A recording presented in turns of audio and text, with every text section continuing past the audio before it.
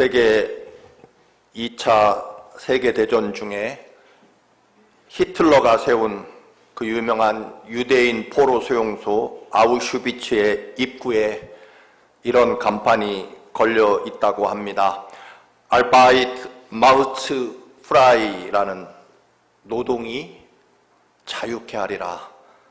이 문구는 독일의 유명한 소설 제목인데 19세기 말에 독일인들에게 노동이 얼마나 거룩하고 신성한 것인지를 가르쳐주는 유명한 문구였다고 합니다. 그런데 히틀러는 이 멋진 말을 수용소 간판에 새겨놓고 유대인들에게 일을 혹독한 노동을 시키고 결국 모조리 학살하게 됩니다.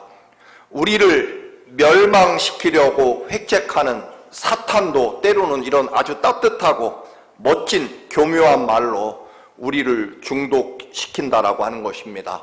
그래서 우리는 끝없이 영적으로 예민해 있어야 한다는 것입니다. 이전에도 말씀드린 적이 있습니다만 여러분, 어떤 아버지와 아들이 차를 타고 가다가 교통사고를 당합니다. 안타깝게도 아버지는 현장에서 사망하고 아들은 응급실로 실려가 급하게 수술을 받습니다. 그런데 한시라도 빨리 수술을 해야 할 이 외과 수술 담당 의사가 아이를 보더니 하얗게 질리며 통곡하며 말합니다. 사실 이 아이는 제 아들입니다. 차마 제 손으로 수술을 할 수 없습니다.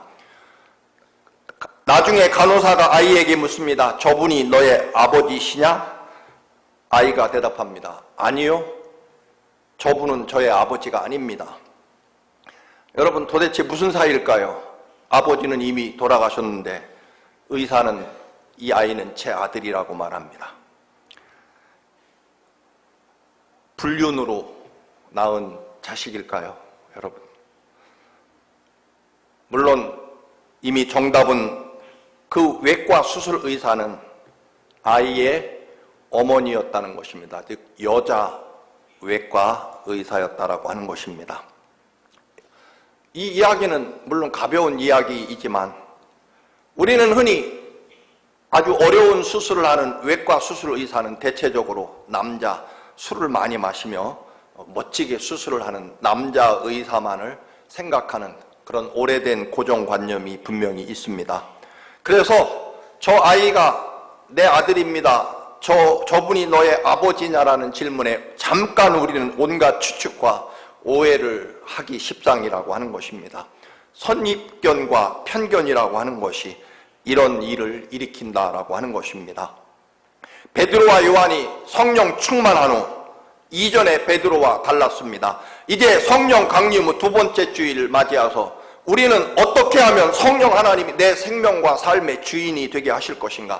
내 안에 놀라운 능력과 권능, 살아계신 하나님의 놀라운 권세와 능력을 내 삶에 나타낼 것이냐? 그것은 바로 내 안에 성령 하나님이 충만해 계시고 내 삶의 주인이 성령 하나님이 되셔야 된다라고 하는 것을 다시 한번 말씀을 드리며, 그렇게 겁 많고 또한 온갖 그런 복잡한 삶을 살았던 베드로에게, 성전 미문에 앉아있던 구걸하던 지체장애인에게 나사렛 예수 그리스도의 이름으로 일어나 걸으라고 명령하는 것은 성령 강림 후에 성령이 베드로에게 충만하셔서 베드로가 성령 하나님의 사람이 됐을 때 일어나는 변화였습니다. 오늘 본문은 이어서 사도행전 10장은 베드로 사도가 성령의 능력과 기적을 나타내는 그 놀라운 역사를 경험한 후에 그의 영혼과 가치관과 믿음이 어떻게 성령 하나님이 임재하심으로 변화되었는지를 살펴보려고 합니다. 즉 3장에서는요 베드로가 기적과 능력과 권능의 사람이 됐다면, 오늘 10장에서는 성령 하나님이 충만한 베드로는, 성령의 사람이 된 베드로는 그의 생각과 가치관과 판단이 성령 하나님의 주장하심으로 변화되었다라고 하는 것입니다. 즉 하나님 생각과 하나님 마음과 하나님 판단으로 바뀌는 영혼과 마음과 인격과 가치관이 변화되는 삶을 살아가게 된다라고 하는 것입니다. 오늘 본문은요 기독교 역사에 정말 위대하고 중요한 변화와 전환점을 이루는 대사건입니다. 왜냐하면 복음이 유대인과 유대 땅을 넘어 세계 모든 민족으로, 세계 열방으로 뻗어나가는 중대한 전환점, 신학적 의미를 가지고 있는 본문이기 때문에 그렇습니다. 성령 하나님께서 내 영혼과 삶에 충만하시면 당연히 우리 삶에는 하나님의 능력과 기적이 나타납니다.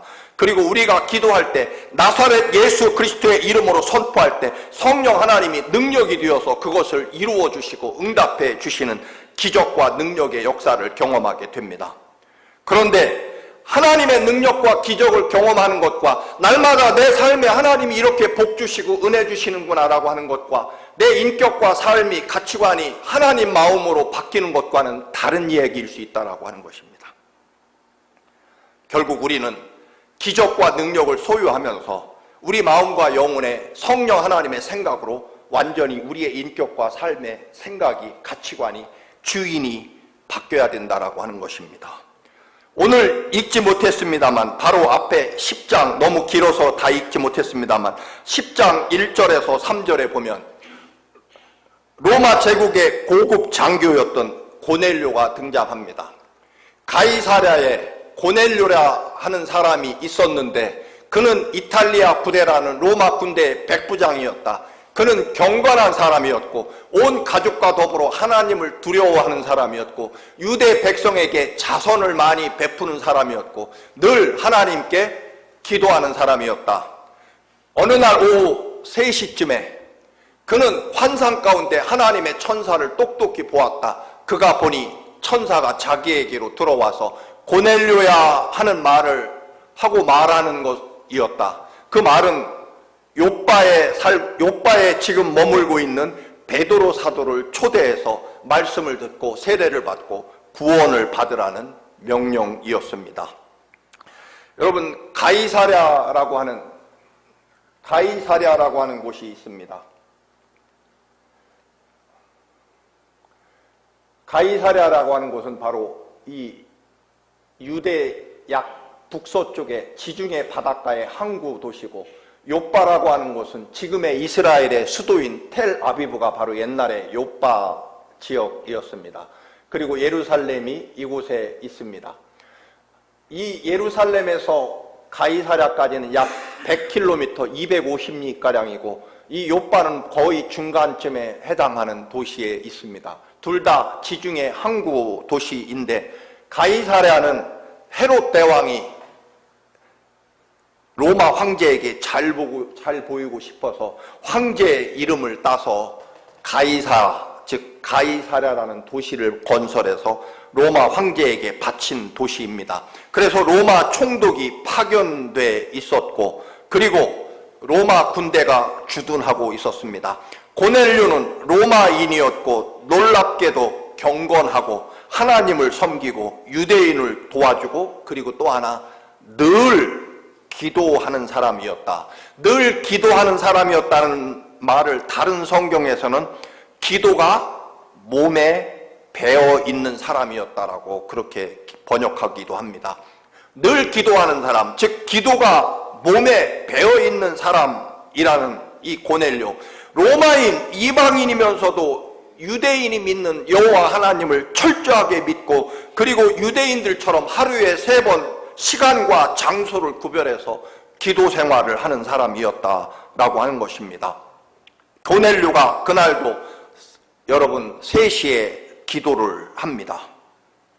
고넬료의 기도는 여러분 그날따라 왠지 오늘은 이상하게 기도하고 싶은 마음이 들어서 또는 오늘은 기분이 내키지 않아서 기도하고 싶지 않고 혹은 오늘은 시간이 남으니까 기도나 할까 그런 식의 기도가 아니었다라고 하는 것입니다. 언제나 하루에 3번 시간을 정하고 그리고 장소도 정확하게 구별해서 하나님 앞에 기도했다.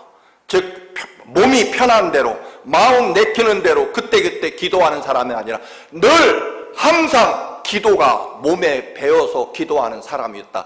이방인 로마 장교였음에도 말입니다.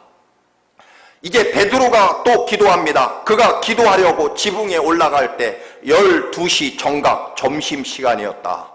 베드로는 점심을 먹고 기도를 하고 싶었는데 12시 정각이 되니까 점심 먹는 것 배가 고프고 허기가 졌지만 12시 기도 시간을 지키는 것이 더 중요했기 때문에 사람들이 없는 지붕 꼭대기로 올라가 조용한 곳에서 기도를 합니다.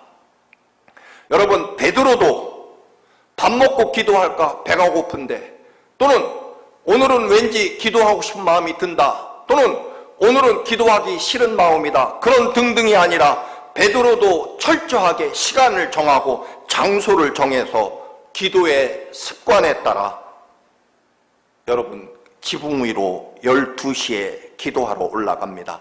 지난주에 우리 말씀드린 대로 베드로는 오후 3시에 성전에 기도하러 가다가 성전 미문 앞에 앉아있던 지체 장애인 거지에게 나사렛 예수 그리스도의 이름으로 일어나 걸으라고 놀라운 능력과 기적을 행한 베드로입니다. 그때도 3시에 기도하러 시간을 맞추어 갔던 그런 일이 바로 사도행전 3장에 이미 기록하고 있습니다.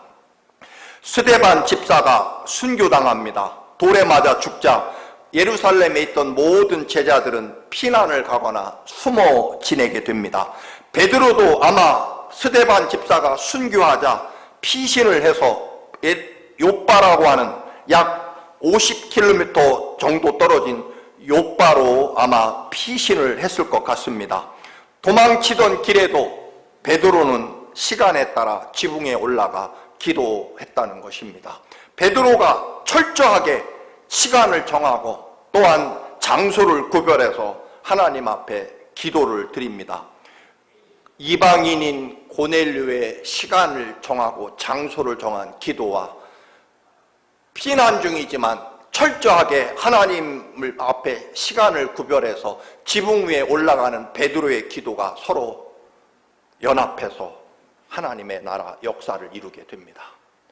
가이사랴에 기도하던 고넬료와 욥바에서 시간을 정해놓고 기도하던 두 사람, 서로 원수지간이죠. 로마 고급 장교이며 식민지 지배를 받는 갈릴리의 한 어부 베드로가 서로 50km 떨어진 거리에서 서로 기도하다가 하나님의 은혜 안에서 그 기도가 서로 연합해서 하나님의 역사를 이루어낸다라고 하는 것입니다. 어떤 역사?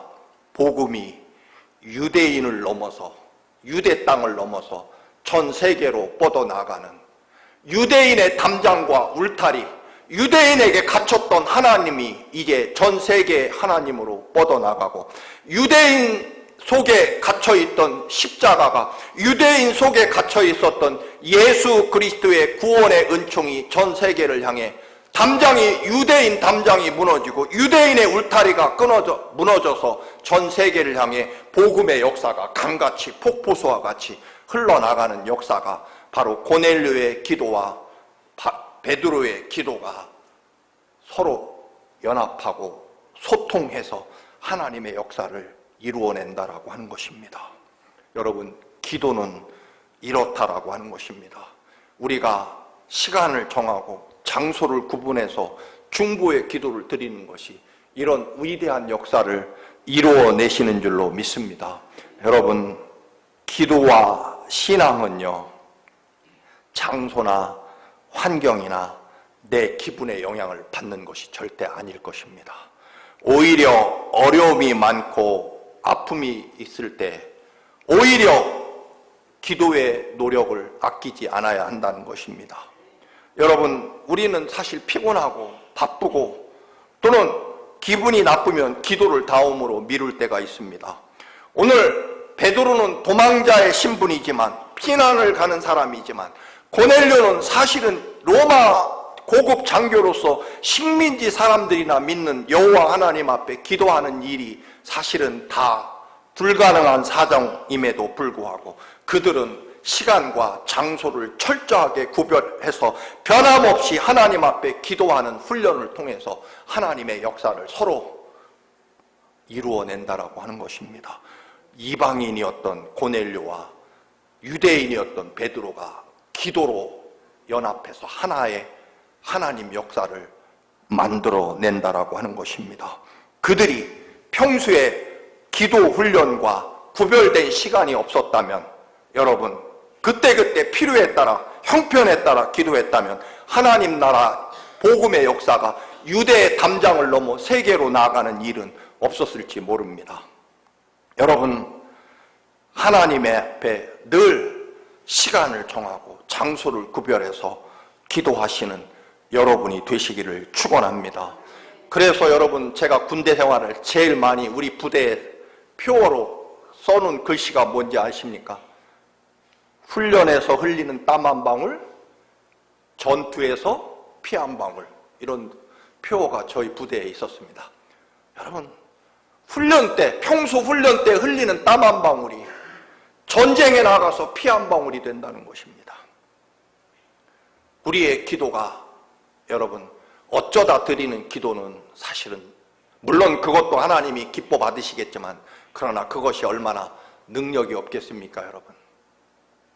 고넬료는 즉시 하인 2명과 하인 중에 가장 경건한 사람을 요즘 말로 팀장으로 뽑아서 베드로에게 정중하게 보내서 베드로를 모셔오도록 합니다.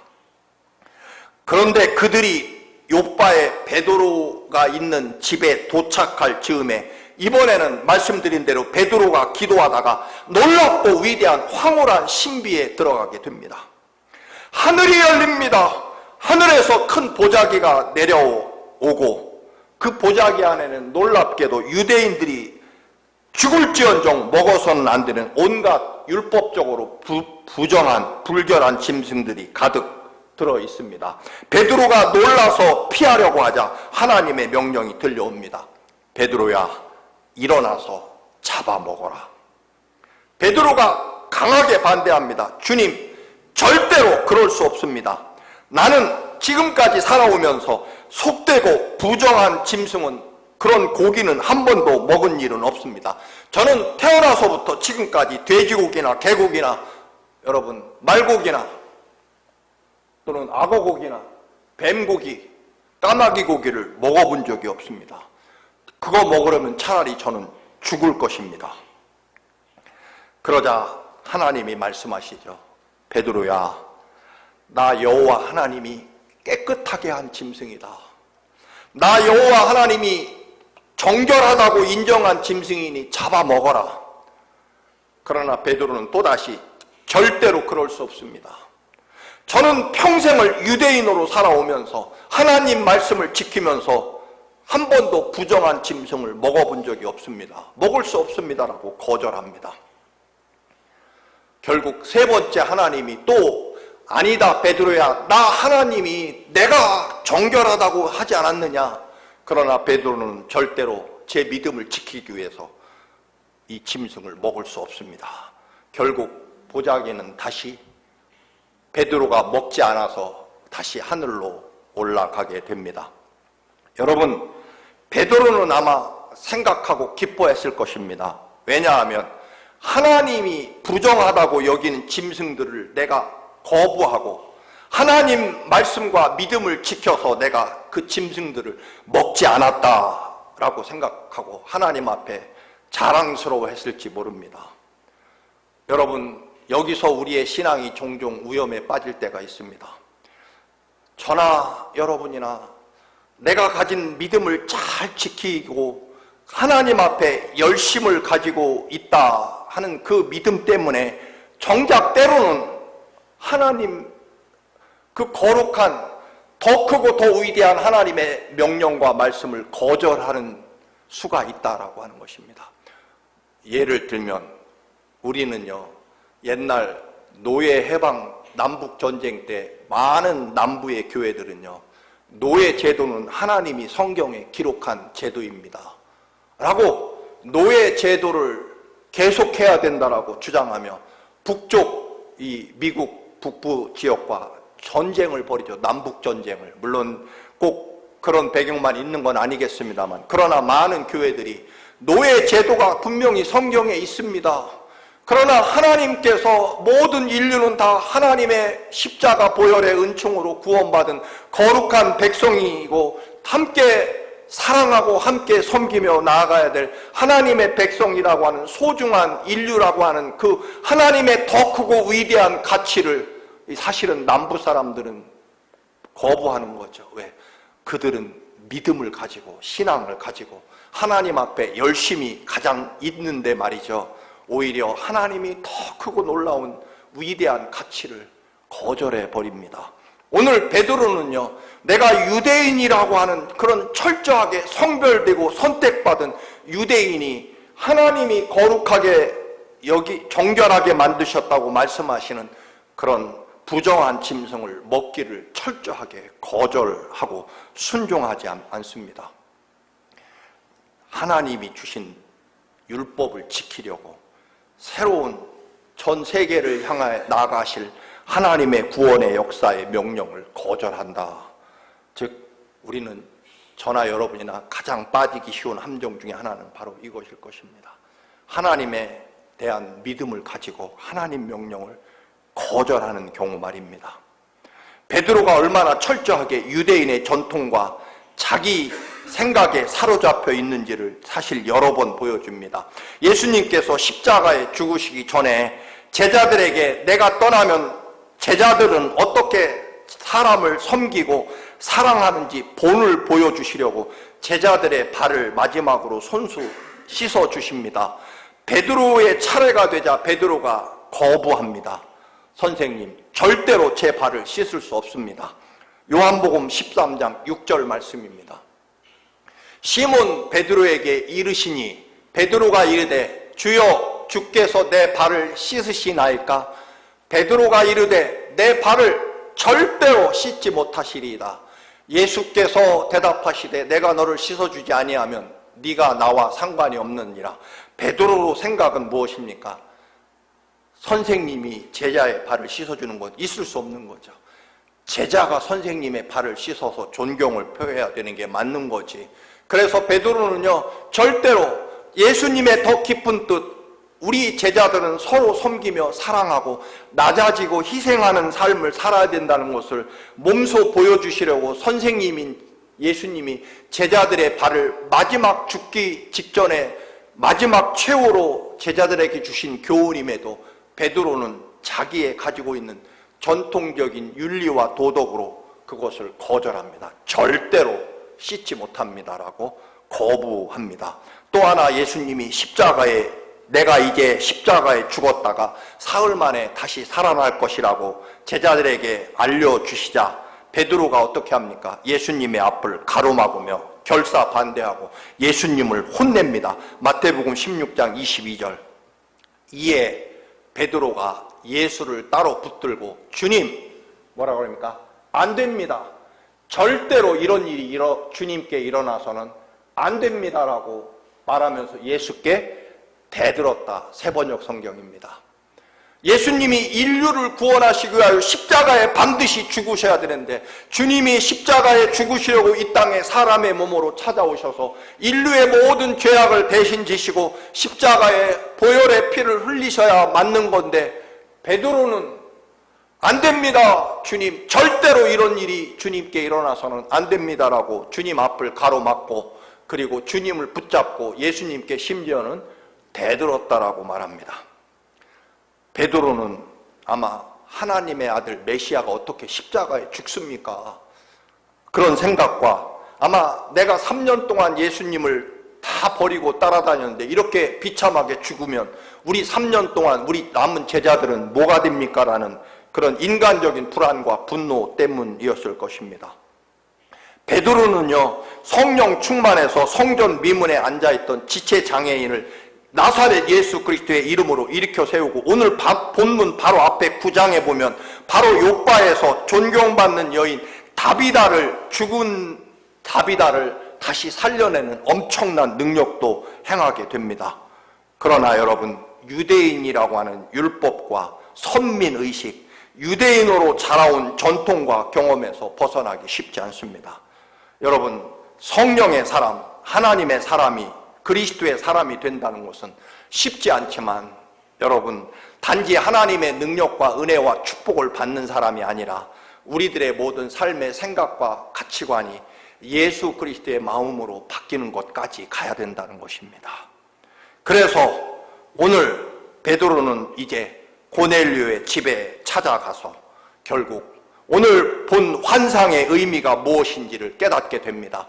고넬료가 보낸 세 사람을 만나서 그들의 이야기를 듣는 순간 하늘에서 내려온 부정한 짐승을 왜 하나님이 먹으라고 하셨는지 그것을 깨닫게 되고 자신의 그동안에 살아왔던 삶의 생각과 가치관과 방식을 기꺼이 버리고 성령 하나님이 지시하는 대로 따라서 결국 유대인을 넘어서 유대교를 넘어서 유대 땅을 넘어서 결국 가이사랴로 가서 로마 장교에게 최초로 세례를 주고 하나님의 말씀을 전파하고 그 가족을 구원해내고 이제 복음은 드디어 온 유대와 사마리아를 넘어서 땅끝까지 전 세계 모든 민족이 하나님의 구원받는 백성이라고 하는 이 위대한 역사, 유대인의 담장이 무너지고 베드로가 갇혔던 유대인의 담장에서 벗어나서 하나님의 나라 그 위대한 역사와 영광을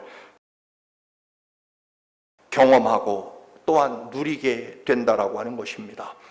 그래서 여러분 고넬료의 집에 가서 이런 위대한 역사를 바로 이루게 되는 이유는 성령 하나님이 이끄시고 인도하시는 대로 베드로가 결국 자신의 지난 삶의 방식과 생각과 모든 것을 넘어서 참 하나님의 역사와 구원의 은총에 자신을 맡겼기 때문일 것입니다.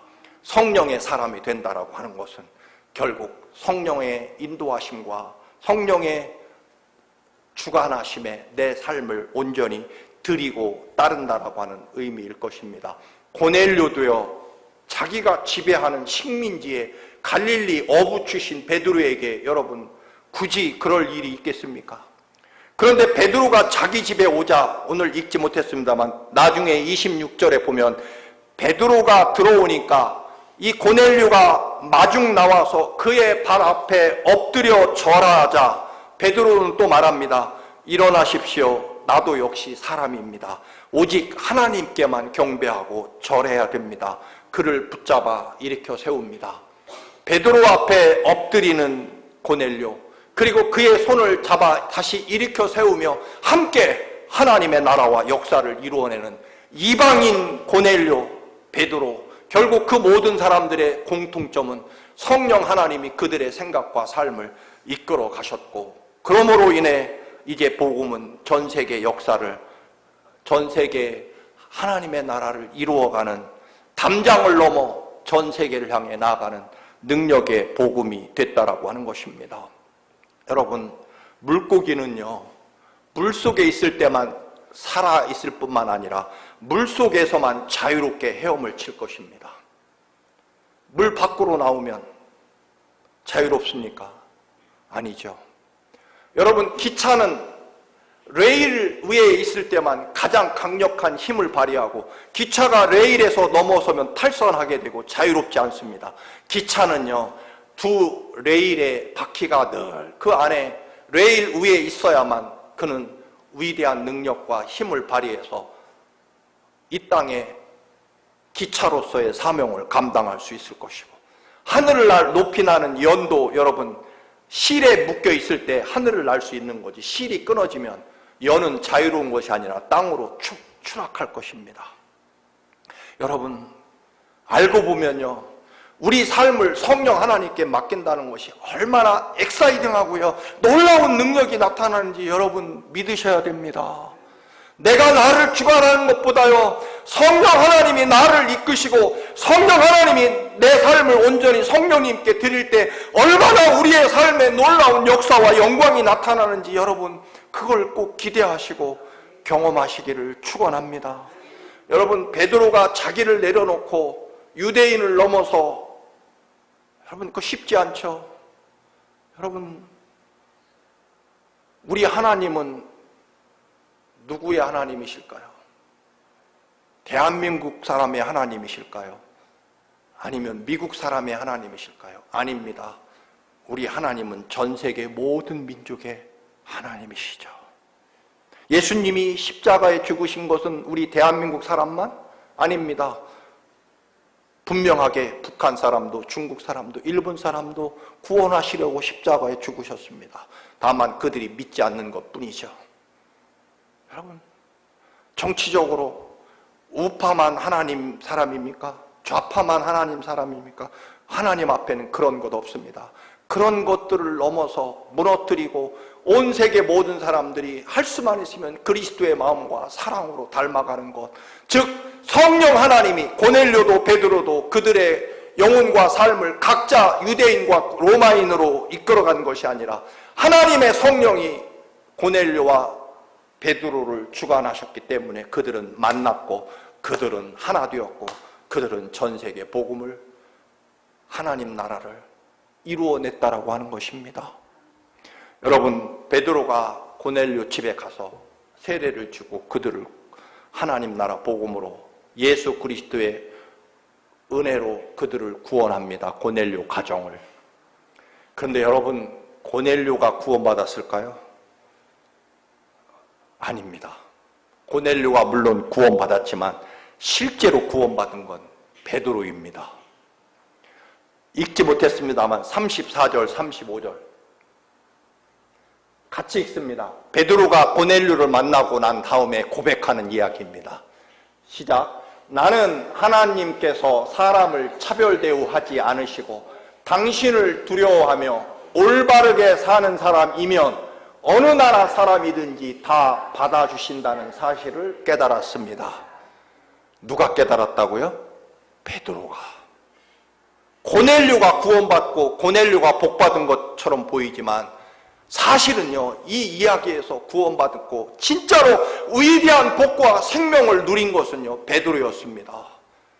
유대인 우리만 하나님 사람이고 나머지는 이방인 다 개와 같은, 그렇게 철저하게 멸시하고 무시하던 유대인의 전통에 사로잡혀 있던 베드로가 유대인을 벗어나서 하나님의 사람으로 구원받은 것은요, 베드로였습니다.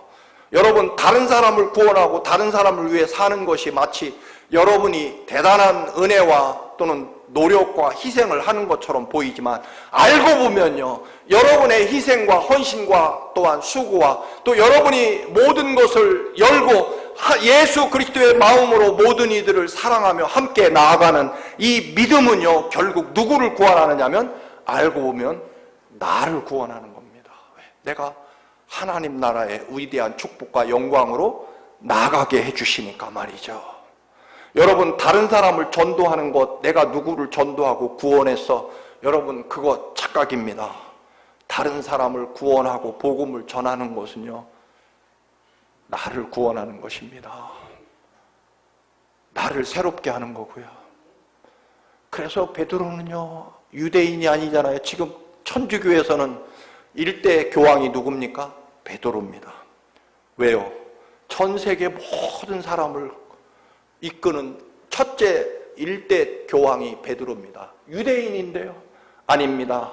결국 고넬료를 통해 성령 하나님의 인도하심에 따라 그가 순종했을 때 실제로 넓은 의미로 구원받고 세계로 나아가는 베드로가 된 것은 바로 고넬료 때문이었다라고 하는 것입니다.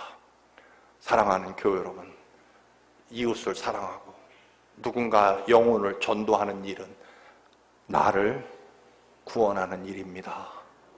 이 놀라운 신비를 성령 하나님과 경험하시는 여러분이 되시기를 축원합니다. 아멘. 우리의 생명과 삶이 되시는 아버지, 물고기는 물속에서 참 자유합니다.